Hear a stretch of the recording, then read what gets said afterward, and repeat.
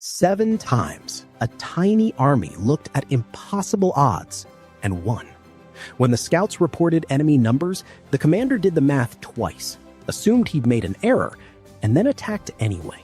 Sometimes the correct response to overwhelming odds isn't retreat. It's arithmetic nobody wants to admit works.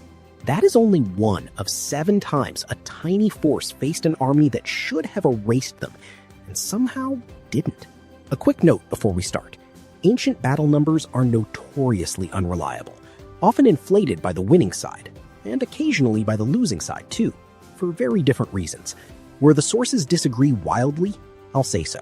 The verified cases are already ridiculous enough. Number 7. The Battle of Rorke's Drift.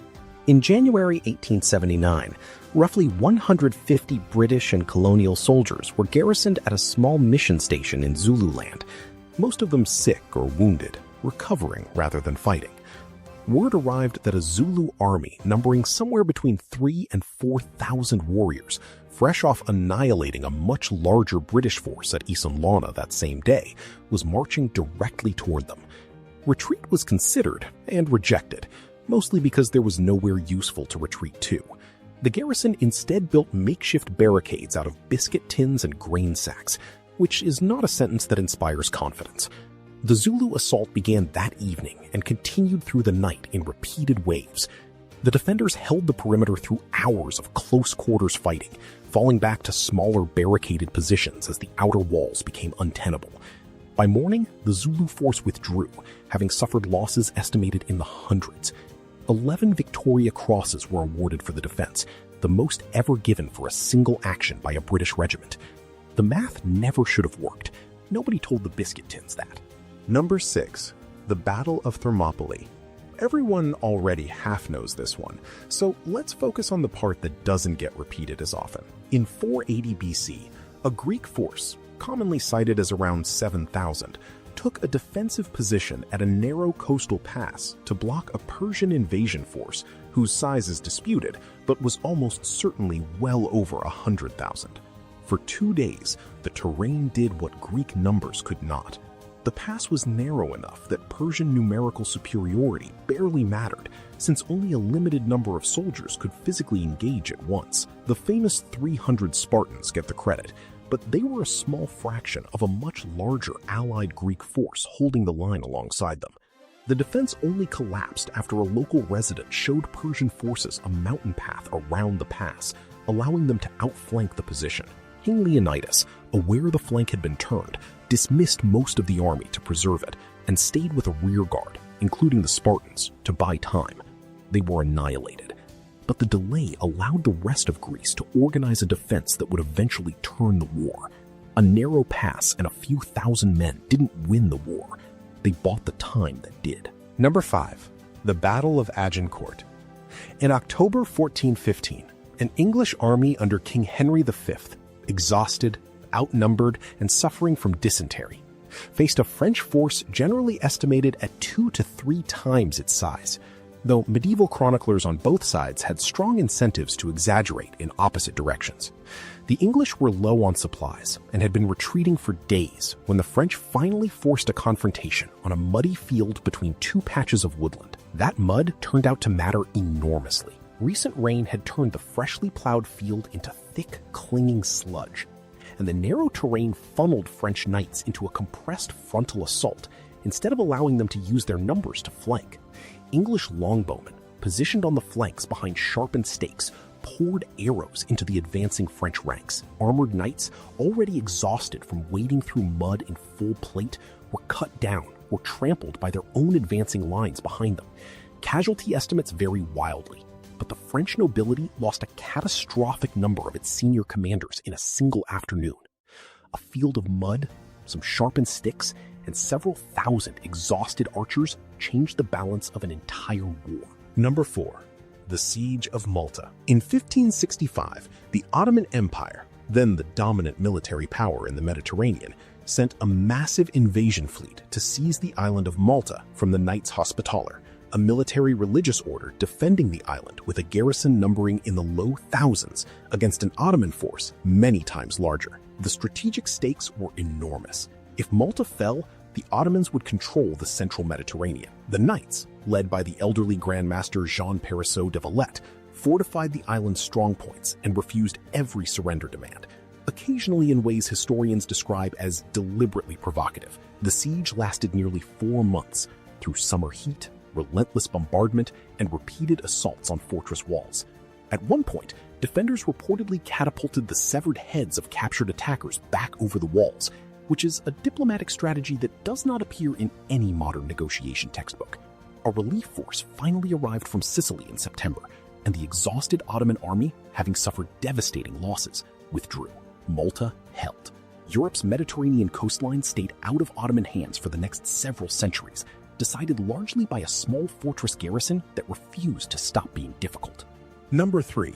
The Battle of Chapultepec, or more specifically, the wider Mexican defense of Mexico City in 1847. As American forces advanced during the Mexican-American War, a badly outnumbered and poorly supplied Mexican garrison, including a group of young military cadets who, by most accounts, were barely more than teenagers, held the fortified hill of Chapultepec against a far larger and better equipped American assault force. The defenders were aware the position could not realistically hold. They held it anyway, buying time for the evacuation of the wider city defense.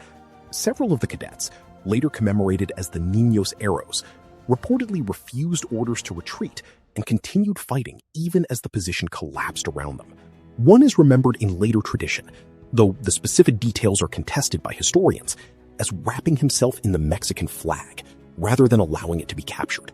The fortress ultimately fell, but the delay it purchased and the symbolic weight of the defense became one of the most commemorated moments in Mexican military history, remembered less for the odds and more for the refusal to consider them. Number 2. The Battle of Milvian Bridge, or rather its lesser-known cousin, the defense at Adrianople centuries earlier, is a different story entirely. Instead, look at the Winter War of 1939, when the Soviet Union invaded Finland with an army that outnumbered Finnish defenders by a staggering margin, backed by overwhelming numbers in tanks and aircraft that Finland simply did not possess. Finnish forces, fighting in brutally cold terrain they understood intimately, better than the invading army did, adopted a strategy built around speed, terrain, and small, mobile ski-equipped units that could strike Soviet columns and disappear into the forest before a response was possible. At the Battle of Suomussalmi, a Finnish force numbering in the low thousands encircled and destroyed 2 much larger Soviet divisions strung out along frozen forest roads, using the cold itself as a weapon against an army poorly equipped for it. Soviet casualties in the campaign vastly outnumbered Finnish losses. Finland ultimately lost territory in the peace settlement that followed, but it inflicted losses so disproportionate to its own size that the performance of the Red Army came under serious international scrutiny and arguably influenced how seriously Germany underestimated Soviet military competence the following year. Cold, trees, and skis held off an empire for months. Number 1. The Battle of Salamis. In 480 BC, shortly after Thermopylae's defenders bought their time, a Greek naval alliance under the Athenian statesman Themistocles faced a Persian fleet estimated at several times its own size in the narrow straits near the island of Salamis. Themistocles, aware the Greek fleet could not survive an open water engagement against superior numbers, engineered the confrontation to happen inside a narrow channel instead, reportedly through a deliberately planted false message convincing the Persian king that the Greek fleet was disorganized and about to flee. The Persian fleet moved to trap them in the strait, which turned out to be exactly the trap in reverse. Inside the narrow channel, Persian numerical superiority became a liability. Larger numbers of ships crowded into insufficient space, collided with each other, and lost the maneuverability that had made their advantage decisive in open water. The more compact, more maneuverable Greek ships methodically dismantled a fleet that outnumbered them. The defeat was so severe that the Persian king reportedly watched the destruction from a hillside throne, which is possibly the single worst seat in military history. Persia's invasion of Greece never recovered its momentum. A narrow strait and a well-placed lie did what open battle almost certainly could not have. That is the strange thing about impossible odds. Numbers win most of the time, which is precisely why they're called odds.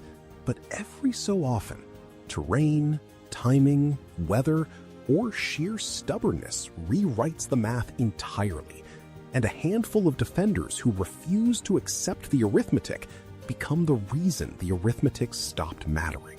7 times, the small army was the one still standing when the math ran out.